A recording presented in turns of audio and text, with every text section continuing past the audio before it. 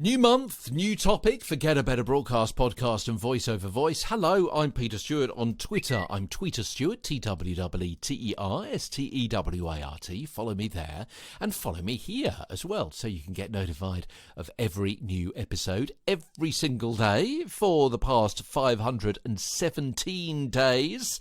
Today, as I say, we're talking about a new topic, what you need to know about how microphones affect your voice. Yeah, over the next couple of weeks, we're going to be talking about microphones and everything you need to know, well, without going into too much techie depth, but how to use a microphone and how to get the most out of it to help you with your voice and your recording session. So we're in the studio. We've been talking about the studios over the last week or so. The next important piece of kit to make the most of your voice is, as I say, the mic. Speaking with a microphone is different from speaking with another human being. And there are various kind of mic environments, each of which will make your presentation and your voice projection a little bit different. So join me and see whether you can't work out, along with me, the different use cases for microphones. I mean, first of all, you can use a microphone to amplify your voice, can't you? For example, in an auditorium where there are hundreds of real, live people. You can use a microphone to transmit your voice. For example, in a radio studio where there are thousands of people listening, but they're not with you and they can't see you.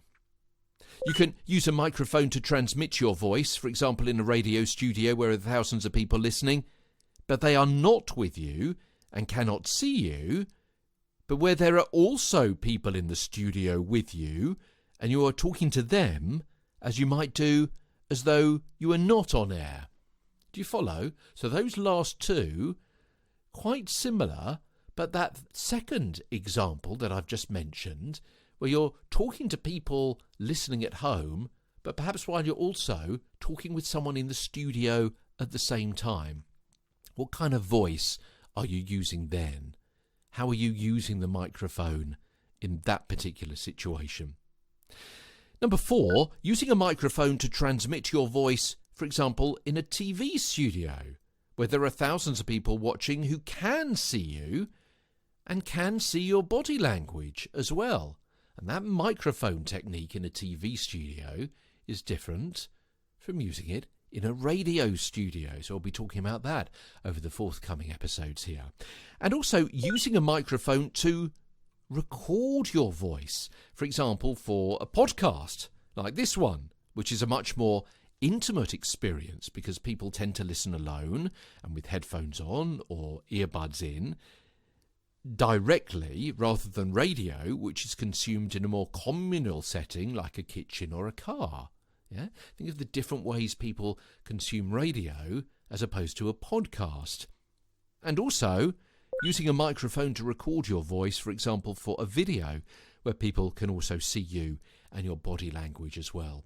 So lots of different situations about when you use a microphone, and each of those different situations will encourage you, either consciously or subconsciously, to be using your voice in a slightly different way as well. We're going to be touching on some of those over the forthcoming episodes.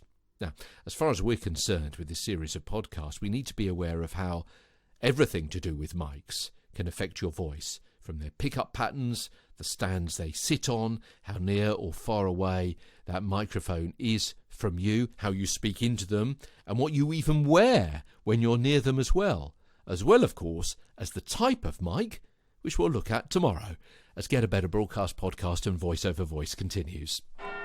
From London, I'm Peter Stewart.